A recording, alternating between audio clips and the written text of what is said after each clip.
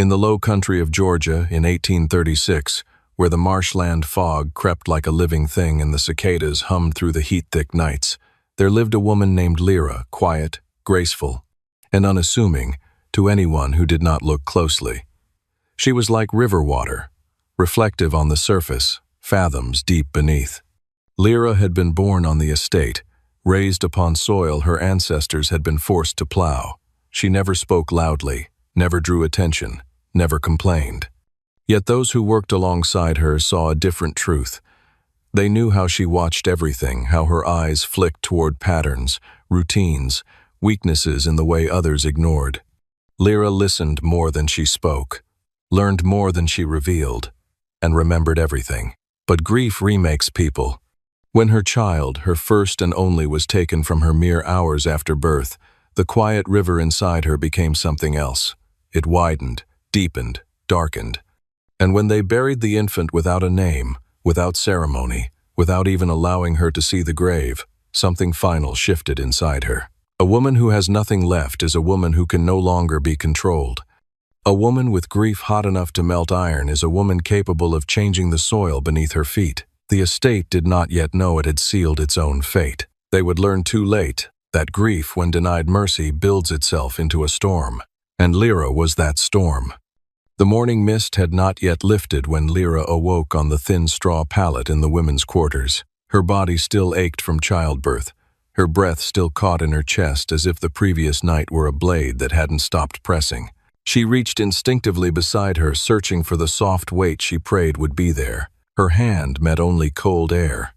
For a moment, her mind refused to accept it. She blinked hard, expecting to wake into a different morning, one where everything that had happened was a fever dream. But the empty space remained empty, and the hollow ache in her arms grew heavier. The older women stirred around her, whispering softly. Some avoided her eyes. Others watched her with the kind of sorrow that could break stone. "Where?" Lyra's voice cracked. "Where is my child?" The silence that followed was its own answer. Finally, Aunt Marna, who had been midwife to half the entire estate, moved to her side and sat down. Her hands, worn and calloused, hesitated before reaching for Lyra's. "They took the babe in the night," Marna whispered. "Said it weren't breathing right. Said there was nothing to be done. But I heard her cry," Lyra said. Her voice wavered, but her memory did not. "She was alive. I held her." Marna blinked slowly. "We all heard. But the mistress, she decided the child wouldn't last. Ordered the overseer to take it." Lyra's breath left her body in a single, sharp exhale. Alive. Her daughter had been alive. A chill spread through her despite the humid heat of dawn. She stood too fast, too unsteady, but Marna caught her elbow. "Lyra, no. Where is she?" Lyra demanded. "Where did they put her?" Marna's silence was an answer Lyra refused to accept. She jerked away and hurried out of the quarters. Her legs trembled with every step, but grief made them move. She crossed the yard barefoot, ignoring the sharp stones cutting into her soles. The small fenced burial patch stood behind the east fields. Old oaks shaded the ground where generations of enslaved people had been laid to rest, marked with stones, wooden plates, or nothing at all. The earth in one corner looked freshly turned. Lyra stopped, her breath caught. Time seemed to collapse inward, folding around her like a crushing hand. A small mound. No marker. No cloth ribbon. No carved initials. Just soil. Soil covering the child she had brought into the world mere hours earlier. Her knees gave out. She fell onto the dirt with her palms sinking into the loose earth, as if touching it could somehow reach her daughter beneath. Every breath hurt. Every heartbeat felt wrong. Someone approached slowly behind her soft steps, careful steps. It was Jonah, a field hand who had grown up beside her. He knelt next to her but did not touch her. "I tried," he said quietly. "I argued with them, told them the babe was breathing strong, told them they had no right." Lyra stared at the mound, unblinking. "They buried her," she whispered, without a name. Jonah's jaw tightened. "Lyra, I'm sorry." She didn't cry. She didn't scream. She didn't shake. All the emotions that should have torn through her were held somewhere deeper, too deep to reach yet. She pressed her palm to the mound in a gesture that felt both like a farewell and an oath. "My child will not be forgotten," she said softly. Jonah looked at her, startled by the steadiness in her voice. Lyra rose slowly, painfully, but with purpose. When she looked toward the house, toward the mistress's balcony, where she now stood watching, her gaze was no longer that of a grieving mother. It was the gaze of someone who had nothing left to lose, someone who had begun to think, someone who had begun to plan. And the estate, though it did not yet know it, had just opened the first door that would one day turn its grand halls into smoke and ash. Dawn slipped across the estate like a pale, uncertain hand brushing over the earth. The mist lifted slowly, revealing long rows of cotton bending under the early light. For most, it was another morning of labor, another day where time moved only through the rhythm of work. But for Alara, the new day felt heavier, as if the sky itself had taken on the weight of her loss. The night before still clung to her like a second skin, the hurried footsteps, the hushed voices, the cold earth where they laid her child without a ceremony, without a whisper of love, without even a name. She had not slept. She did not intend to. Her eyes burned from tears that had dried too quickly, her body still trembling from grief that could find no release. But her mind was clear. It startled her how clarity had arrived in the middle of her mourning, as though grief had hollowed her out just enough to make space for something sharper, something unbending. She moved through the field silently, her basket balanced against her hip, her back straight even though everything inside her felt broken. She did not speak. She barely breathed. Yet the others sensed the change in her. They watched her from the corners of their eyes. These were people who understood sorrow deeply, too deeply. But the stillness around Alara was different. It wasn't the stillness of despair. It was the stillness of someone listening for something distant, or waiting for something inevitable. Marin, a woman old enough to remember 3 generations of overseers, paused beside her, pretending to check the cotton for rot. "Child," she murmured without looking up. "You carry a shadow tall as a pine today." Alara didn't answer.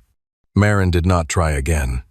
Some wounds were too raw to touch, and some truths too dangerous to voice in the open fields. But she stayed near enough that Alara could feel the warmth of another human presence, the unspoken thread of solidarity. It steadied her. By mid-morning, the sun had begun to bite. Overseer Hale patrolled the rows on horseback, the black leather reins tight in his fist. His eyes scanned the workers for sluggishness, excuses, or anything that might give him reason to assert his authority. When his gaze passed over Alara, he slowed, studying her longer than he should have, as if sensing something in her that he couldn't quite define. "Work," he muttered, spurring the horse onward. Alara did not flinch. She did not look up.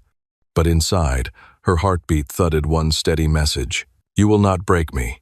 Not today. Not again."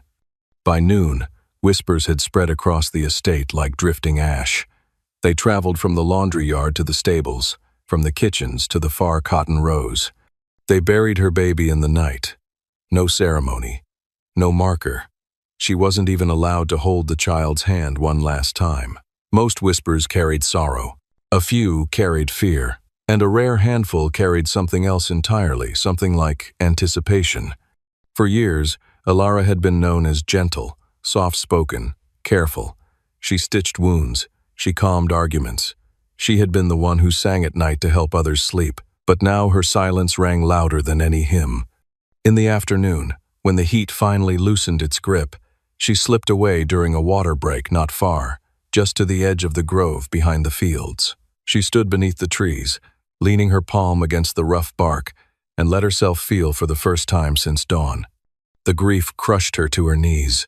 There were no sobs, she had none left. There was only the ache in her chest, the memory of the child she had carried for 9 months and lost before she could even whisper a name. The earth felt cold under her hands. She dug her fingers into it, imagining the tiny patch of soil that held her baby, sealed away in silence. When she finally lifted her head, her breath came steady, quiet, controlled. She whispered something, not a vow, not a curse, but a truth she had discovered in the hollow of her grief. "They can bury what they choose," she murmured, "but they will not bury me." Behind her, a twig snapped softly. She turned. It was Rowan, one of the field hands known for his quietness and uncanny awareness. He had seen more than most, survived more than most, and carried himself with the careful watchfulness of a man who always listened before speaking. "You ain't alone," he said, not stepping closer. "Not in this." Ilara held his gaze. She expected pity, but there was none. Only recognition of the same fire that had once lived in his eyes before life had dimmed it. Others joined them later that evening. Marin, Lyle, two stable boys who had overheard Overseer Hale laughing about the burial. One cook who had carried supper out to the quarters but lingered by the doorway, waiting for Ilara to return from the grove. She had not summoned them. She had not asked for help. Grief had drawn them, but something else held them there, something they could feel but not yet name. The night settled, cool and heavy. Ilara sat in the center of the group, her hands folded in her lap. No plan was spoken, no strategy laid out. No revenge whispered aloud, but when she lifted her eyes, every person around her felt it. The woman who had once been gentle now carried a quiet power shaped by loss, sharpened by injustice, and steadied by purpose. The burial of her child had not ended her story. It had begun it, and though no one yet knew how, the estate had shifted just a fraction, just a breath, but enough to change everything that would follow. Grief changed Ilara in ways no one on the Hawthorne estate had words for. It did not crush her, as Mistress Hawthorne expected. It did not make her obedient, as Overseer Brant prayed, and it did not make her quiet, though silence hung around her like a shroud. Instead, grief sharpened her. Her back became straighter, her voice lower but steadier, her movements deliberate, careful, almost ceremonial. She spoke rarely, but when she did, people listened, slaves and overseers alike. Something in her eyes had shifted. It used to be warmth. Now it was a stillness that unsettled even the cruelest men. The others whispered, "She don't cry no more. She don't sleep neither. Lord help whoever laid that baby in the ground." Even the wind seemed to move differently around her. In the days following the burial, Ilara went about her tasks as if she were following the steps of a ritual. She swept the yard, carried water, tended the kitchens, but everything she touched stayed touched by her grief. She scrubbed the same table long after it was clean. She stared into boiling pots, as if reading the future in the rising steam. No one understood the quiet she held inside, but they felt it. The Hawthorns felt it the most. Mistress Hawthorne began watching her more closely, something half like guilt and half like fear flickering under her rigid posture. She clutched her shawl tighter whenever Ilara passed. Perhaps she sensed what she had awakened the night she ordered that tiny, unmarked grave dug beneath the sycamore tree. Master Hawthorne felt it too, though he pretended otherwise. He was a man who believed emotions could be whipped out of people like weeds from a garden. But Ilara's silence unnerved him more than screaming would have. He found himself avoiding her eyes. He found himself giving her orders with a tightness in his throat, and though he would never admit it, he had started locking his study door at night. Even Overseer Brant, the man who buried the child with his own hands, walked with a new stiffness around her. He kept a hand near the pistol tucked in his belt. Once, as she passed him on the path, the man took an involuntary step back. No one could explain why. They only knew one thing. Ilara was waiting. For what? None could guess. She spent each evening standing at the edge of the sycamore grove, staring at the ground where her newborn lay. She spoke to the soil in a soft, steady murmur, words too low for anyone to hear. Some nights she stayed until sunrise. Other nights she returned to the quarters with dirt under her fingernails. No one knew if she prayed or planned, but they sensed one truth: something had begun. One night, as the moon hung thin as a blade over the plantation, Ilara stood beneath the sycamore longer than usual. Cypress frogs croaked in the marsh nearby, and the scent of wet soil wrapped around her like a cloak. Her fingertips brushed the earth slowly, reverently, almost lovingly. "Don't you worry," she whispered. "Mama hear you." Her voice was strong, too strong for a woman freshly grieving. Lightning flickered on the horizon, though the sky was clear. A hot wind rolled in from the east, an omen the elders would whisper about for days afterward. At dawn, the others found her still standing there, facing the estate with eyes that did not blink. Lena, the midwife who had stayed with Ilara through the childbirth, placed a trembling hand on her shoulder. "Ilara, child, you need rest." Ilara did not turn her head. She simply asked, "Can you smell it?" Lena frowned. "Smell what?" "The ending." Lena's breath caught, because she did smell something. Faint, distant, but unmistakable. Smoke. Word spread quickly. A brush fire had started far off in the marshlands. Nothing dangerous yet, but visible. Overseer Brandt sent riders to inspect it, barking orders with a nervousness he tried and failed to hide. Ilara watched them go, her face unreadable. The others gathered around her uneasily. "You think that fire comin' this way?" whispered young Jonah. Ilara tilted her head slightly, listening to a sound no one else could. "It'll come when it's ready." Her voice was calm, certain, too certain. By nightfall, the smoke line had thickened, a dark smudge stretching across the sky. The overseers muttered curses and doubled the night patrol. They feared what fire might do to the cotton fields, the barns, the wealth tied up in every stalk. But Ilara feared nothing, not anymore. That night, she did not go to her pallet in the slave quarters. She returned to the sycamore grove, her silhouette outlined by distant flames, licking the horizon. She placed her hand against the cold earth of the baby's grave and whispered, "When the fire comes, I'll follow." The wind shifted. This time, it carried sparks. The days after the night of the unnamed grave settled over the estate like a bruise deep, tender, and refusing to fade. Everyone felt it. Servants walked softer. Overseers barked less. Even the livestock seemed quieter, as though some instinct older than language told them the land itself was trembling. But no one felt it more than Ilara. She moved through mornings like a ghost wearing her own skin. She worked with her hands, but somewhere behind her eyes, something else was moving, something awake, something calculating. The other women on the quarters watched her carefully. They whispered her name with both fear and longing, unsure if she was falling apart or gathering strength. And the truth was this: Ilara was learning how to bear grief without breaking. Every night she returned to the small pile of dirt where the overseer had buried her baby, without a name, without a marker, without a moment of mercy. She sat with the earth like it was a living thing. Sometimes she talked, sometimes she prayed.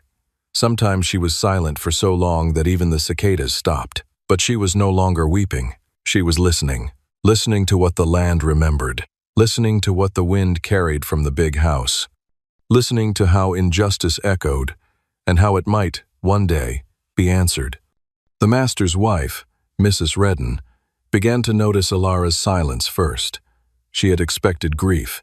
She had expected collapse, hysteria, maybe even obedience born of sorrow. But she had not expected stillness. Stillness unsettled her. Stillness suggested thought. Stillness hinted at something forming, something she could not control. She watched Ilara sweeping the veranda one afternoon, the broom moving with slow, deliberate strokes. Mrs. Redden's eyes narrowed. The girl's posture was wrong for someone bowed by loss. Her back was straight. Her breaths were even. She held herself with a kind of steady poise that did not belong to a broken woman. "She should be softer," the mistress muttered under her breath. Grief should soften. But Ilara was hardening, becoming shaped by something, sharpened by something. Mrs. Redden felt a tickle of unease at the base of her spine. Later that night, when the wind whipped across the sugar fields, carrying dust and dry leaves, Ilara felt something shift deep inside her chest. It wasn't a voice. It wasn't a vision. It was a direction, a pull she did not yet understand. She rose from her cot and stepped outside. The moon hung low, swollen and gold, as though watching her. She walked to the edge of the quarters and looked out at the distant glow of lanterns around the big house. It was a faint light, trembling. A fragile little fire. Ilara narrowed her eyes. A fragile fire could be snuffed out with the gentlest breath. For the first time since her child was taken from her, Ilara felt, not hope, but clarity. A sense that the pain inside her had finally found shape, and shape was dangerous. Shape meant direction. Shape meant purpose. She turned back toward the quarters, but another figure was standing in the shadows. It was old Nara the midwife who had delivered half the children on the estate, including Ilara's. Her back was bent, her hair wiry with age, but her eyes were sharp and full of knowing. "You feel it now," Nara whispered. Ilara didn't ask what she meant. "What am I supposed to do with it?" Ilara asked instead. Nara stepped closer, her face lined with memory and grief of her own. "You ain't the first woman they tried to bury through sorrow," the old woman murmured. "But some sorrows don't bury. Some sorrows ignite." Ilara's breath caught. She hadn't spoken of fire. She hadn't spoken of the restless heat crawling behind her ribs, but Nara spoke as though she saw it all. "Child," the old woman said softly, placing a hand on her arm. "There's a reason you ain't fallen apart." Ilara swallowed. "What reason?" "Because the fire in you ain't meant to die," Nara whispered. "It's meant to catch." The wind rose again, sending a shiver through the cane. Ilara inhaled, and for the first time since that terrible night, her breath did not tremble. She looked up at the moon. She looked at the distant lanterns. She looked at the place where her child lay, nameless and cold. "I won't rush it," she murmured. "I won't let madness take me." Nara nodded. "You'll know when the time comes." Ilara's fingers curled at her sides. Yes, she thought. She would know. And when it came, when the moment finally bent toward her like a bowstring pulled to its limit, she would be ready. Not to burn everything at once, but to start a spark that could never be smothered. The kind of spark that turned grief into justice. And justice, when it finally found its way to the Redden estate, would come as quiet as a footstep and as unstoppable as a rising flame. The estate felt wrong that morning. It began with the silence, not the peaceful, mist-soaked quiet of dawn, but something heavy, unnatural, as though the land itself was holding its breath. Even the overseers, men too hardened to fear shadows, walked slower across the yard. Birds did not circle. Dogs did not bark. The wind did not gossip through the pecan rows. Something was coming. Something had changed. And Rachel, who had not slept more than a handful of hours in 3 days, stood outside the slave quarters with her head lifted slightly, as if listening for a voice only she could hear. It was the same stillness she'd felt the moment they lowered her newborn into the nameless grave. The same quiet that wrapped her shoulders when the earth swallowed her future. Only before, she had felt hollow. Now she felt full of intent, full of resolve, full of an anger so steady it no longer trembled. The others sensed it. They always had. Children leaned close to their mothers.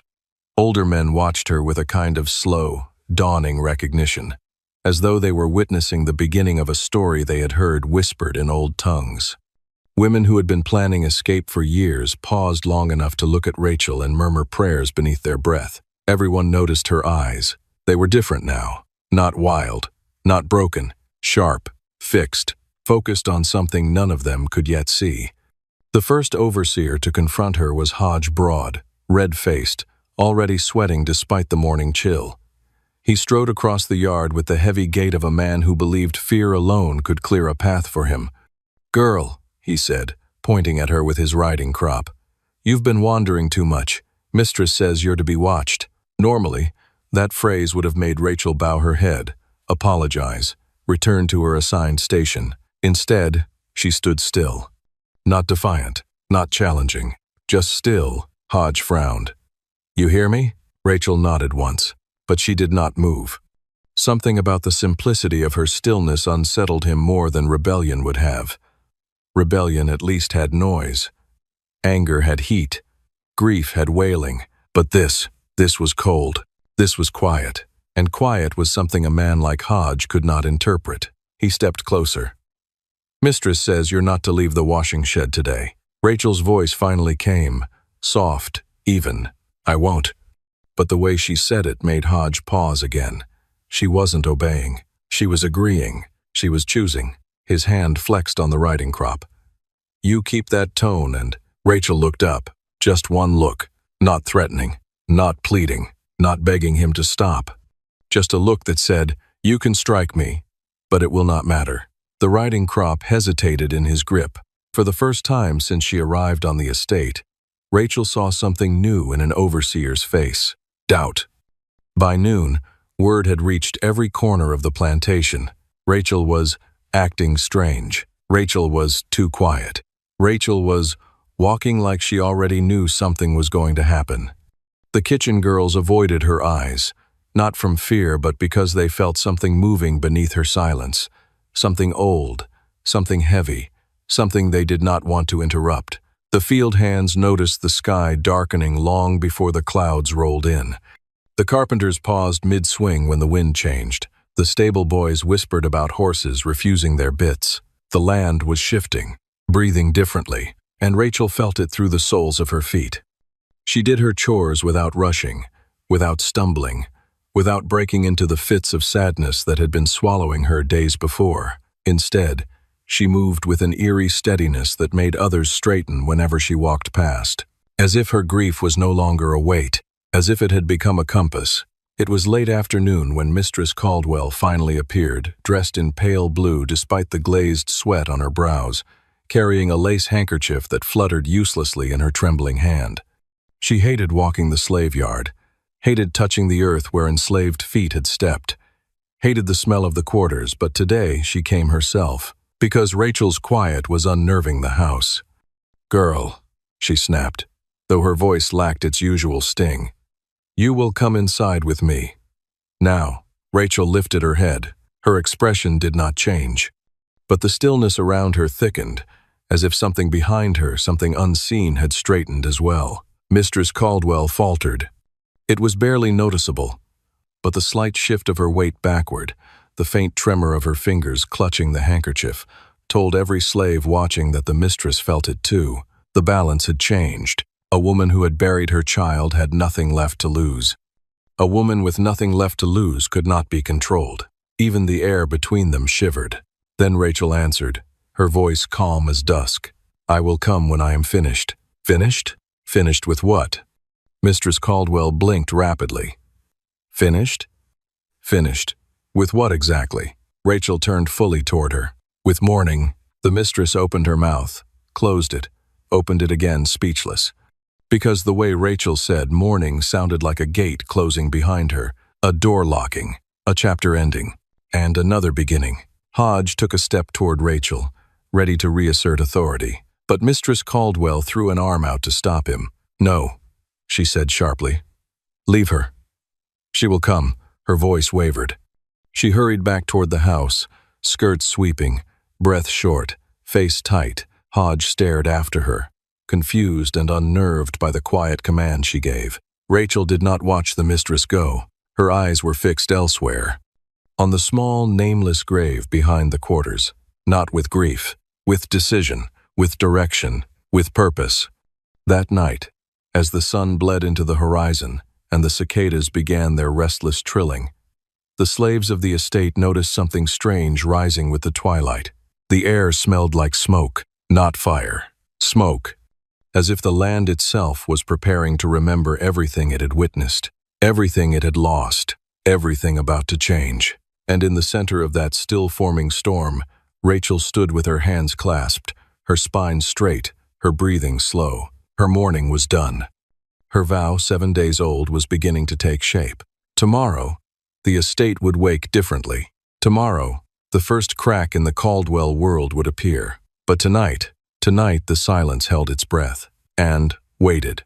The estate moved strangely in the days after the storm, meeting quiet, but not peaceful. It was the silence of a place bracing for something it could not name. Workers whispered more.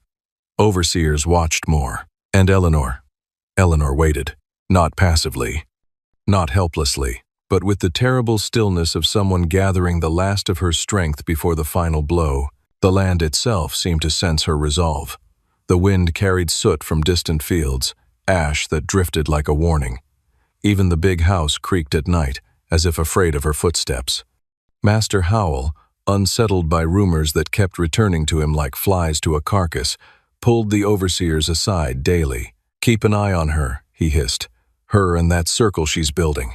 But watchers are useless when they don't understand what they're watching. For Eleanor had not built a rebellion with swords or open threats. She built it through memory, through women who had lost children, through men who had carried too many bodies, through elders who remembered the old ways from before Carolina fields and iron chains. It was the kind of quiet unity Howell could never envision, because he believed power only existed in noise, violence, and fear. He never understood that the most dangerous thing on his plantation was the grief of a woman who had already lost everything that could be taken. The return of the sound. On the third night after the meeting, villagers again woke to a faint humming low, human, and rising from the quarters like a tide. It was slow, rhythmic, and layered with voices. It was not a song of mourning. Not this time. It was a preparation rhythm, a gathering of breath. Eleanor stood in the center of the circle, her hands clasped in front of her eyes steady and fixed on the unseen horizon. The women had waited for her to begin, but she did not. Instead, she stepped aside, and Martha, the older woman whose hands had first washed Eleanor's infant after birth, walked forward. Her voice trembled, unfamiliar to the children who had never heard her speak above a whisper. "She buried her baby," Martha began. "They took that little one from her arms, and not a soul spoke up. Not then." A ripple moved through the crowd, shame, grief, and a rising heat of anger. "But now?" Martha's voice lifted. "Now she stands, and we stand with her." Eleanor's throat tightened. Someone grabbed her hand. Then another. The chain of palms spread. No one looked at the overseer house. No one looked at the big house. Tonight, their eyes were only on one another. Howell's warning. The next morning, Howell arrived in the quarters with 2 mounted men, his jaw set tight. "Word's getting out you all been holding gatherings," he said, forcing a smile that was more threat than expression. "This place don't run on prayer meetings. It runs on work." No one answered. Stillness was their shield. Even the children stood perfectly still. Howell's eyes narrowed. He had once believed this group was scattered, broken, manageable. Now the silence felt coordinated. Weapons hidden in plain sight. He motioned 2 men toward Eleanor. "You, come forward." Eleanor didn't move. Neither did the 50 people around her. The riders shifted in their saddles, sensing the tension. Howell's grin faltered. "You think you can frighten me?" he said. But he was already frightened. A secret delivered. That night, Thomas, the boy who had once brought Eleanor whispers from the kitchen, came running again. His steps were frantic, his breath ragged. "They're comin'," he blurted. "Howell's callin' men from the next estate. Says tomorrow he'll scatter everyone, send folks south, break up families. Says this time he's ending it." Eleanor didn't react outwardly. Inside her, something finally shifted. Not broke, not shattered. Solidified. She turned to the group behind her. "It's time," she said quietly. The message spread, not with shouts, but with nods and touches. Children were gathered. Elders were placed safely. Every detail that had been planned in whispers was now put in motion. They had known this moment would come. They had known Howell would never allow unity on his land. But he had made one fatal mistake. He believed he was the only one preparing. The spark. Near midnight, Eleanor walked alone to the edge of the fields, back to the place where they had buried her child without a name. She knelt beside the disturbed earth. "Tomorrow," she murmured, "I carry you with me." She placed her palm on the soil. Warm, alive. Remembered. She took a deep breath and rose. Behind her, lanterns silently winked out, one by one, across the quarters. It looked almost like stars going dark. But it wasn't darkness, it was ignition. The kind of quiet that comes one heartbeat before the world changes forever. Dusk fell over Rowan Estate like a veil pulled too tight.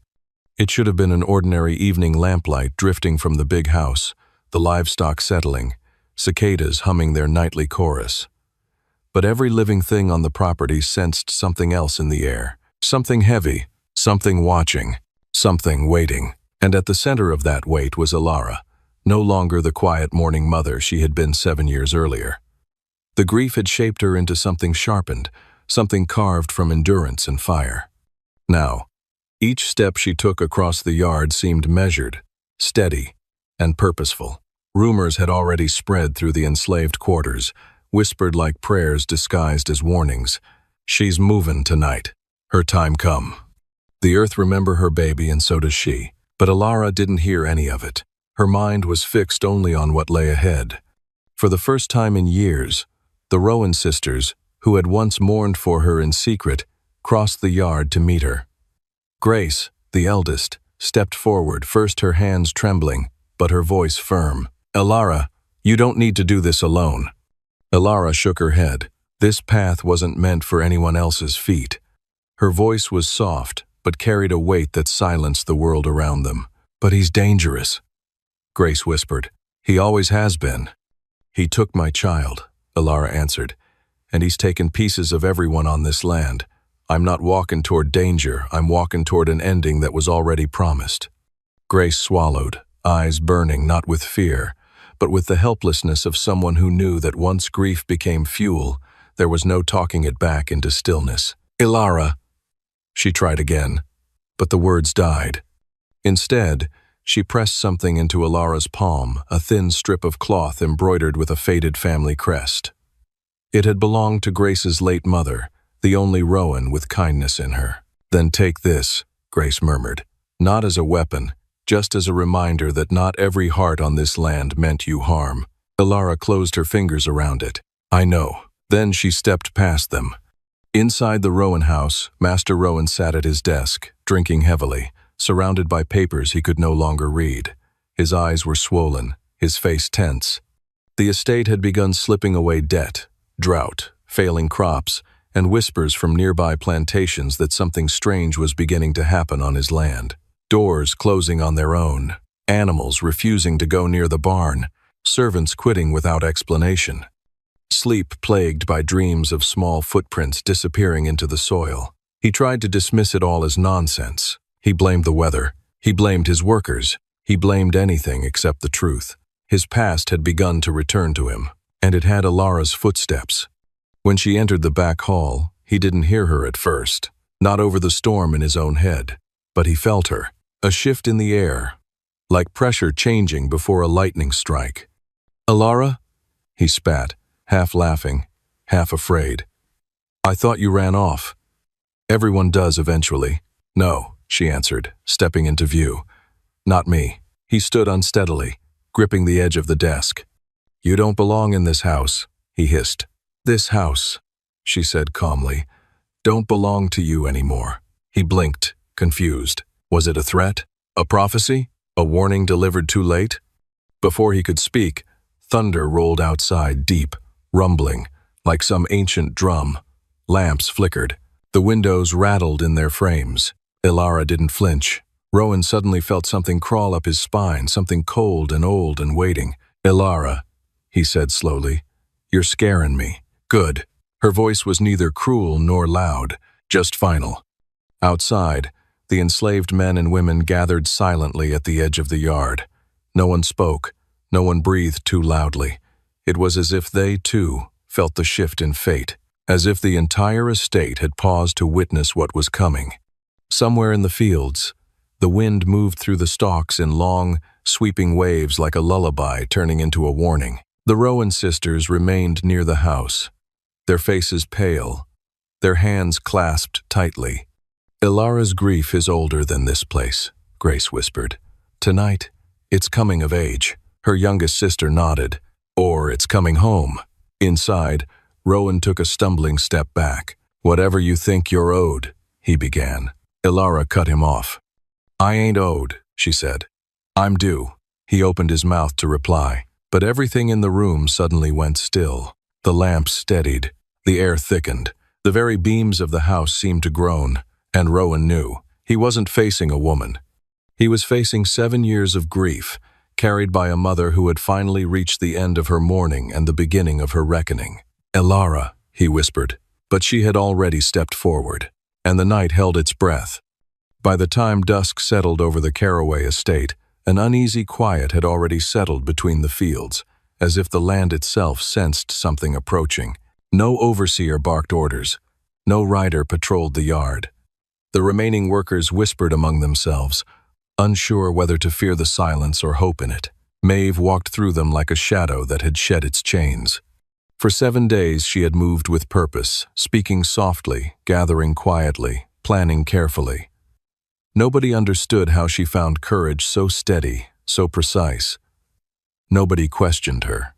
When a mother who has buried her child decides that injustice has seen its last sunrise, she becomes something that even fear does not know how to name. She walked to the center yard, where the lanterns were usually lit at sundown, illuminating the path for the master and mistress. Tonight the iron hooks were empty. No one had hung a single lantern. She noticed, and she smiled. Behind her, 24 enslaved families stood waiting, some trembling, some clutching each other, some holding small bundles of belongings they never thought they would dare to pack. Maeve looked at each face. "Tonight," she said, her voice steady, "we stop running from grief." They didn't fully understand what she meant, but they trusted her. A low horn sounded from the woods, 3 long notes. The signal. Maeve nodded once. From the tree line emerged Solomon, Elias, Ruth, Old Man Isaac, and half a dozen others who had long since fled the estate months earlier, forming hidden camps deep in the swamp. Rumor said they survived by moving like deer, building shelters in treetops, and knowing every water path better than any mapmaker. Their sudden return made the crowd gasp. Maeve walked toward them, and they parted as if she were a general returning to her regiment. "You sure you ready?" Solomon asked quietly. "I was ready the day Harris put that shovel in my hand," Maeve replied, her voice calm and cold. "Tonight isn't about revenge. Tonight is about ending." She paused. "Ending what they think they can take from us." The others nodded. From the kitchen window, Mistress Carroway watched with trembling hands. Her eyes were red from sleeplessness. She had lived in fear for a week, the house feeling less like her domain and more like a fragile shell waiting to crack. She whispered to her husband, "We need to leave. They're doing something." But the master did not move. He sat in his chair with a drink in hand, pretending he still had control of anything. Maeve gave a small hand signal. Elias and Ruth moved to cut every rope that held the estate's perimeter gates open. Isaac poured lamp oil where the overseer's shed once stood. The family stayed close, ready to follow instructions whether they understood or not. Everything was quiet, eerily, perfectly quiet. Then Elias struck a spark. A single flame crawled across the line of oil, glowing softly like a sunrise beginning in the dirt. The crowd watched in silence. This was not destruction for chaos's sake. It was a message, one the estate had earned. The flame reached the shed and ignited the rotting wood. The fire rose slowly, controlled yet powerful. The workers gasped, not from fear, but from disbelief. For years, the shed had stood as a symbol of punishment. Tonight, it was the first thing to fall. Inside the house, the master and mistress jolted upright as the glow reached their windows. Maeve stepped forward. "This land carried too much sorrow," she said, loud enough for her people but not for the Carroways. "It ends today." More flames lit at the barns, at the storage rooms, at the far fences. Not wild infernos, but measured, deliberate fires meant to dismantle the estate piece by piece. Solomon and his group moved like silent phantoms, coordinating each blaze with precision. The slaves did not run. They watched as the estate that had taken so much from them began to crumble. No one cheered, no one cried out. It was a funeral, not a riot. A funeral for suffering. The master finally staggered outside, shouting commands that no one bothered to hear. His voice bounced off empty space authority, dissolving in the smoke. Maeve turned to her people. "Gather your families. Stay close. We leave before the ashes settle." They obeyed immediately. Some clutched hands. Some shook with disbelief. Some looked at Maeve as though she had pulled down the sky itself. Elias approached her. "Where we go now?" "As far as these feet can carry," she answered. "And farther still." Behind them, the Carroway estate groaned, its timbers cracking under their own history. A final lantern that had been forgotten inside the overseer's window blew out with a faint hiss. The night claimed the land. And Maeve walked into the darkness like someone who finally, after 7 years of aching silence, had found the language of her own freedom.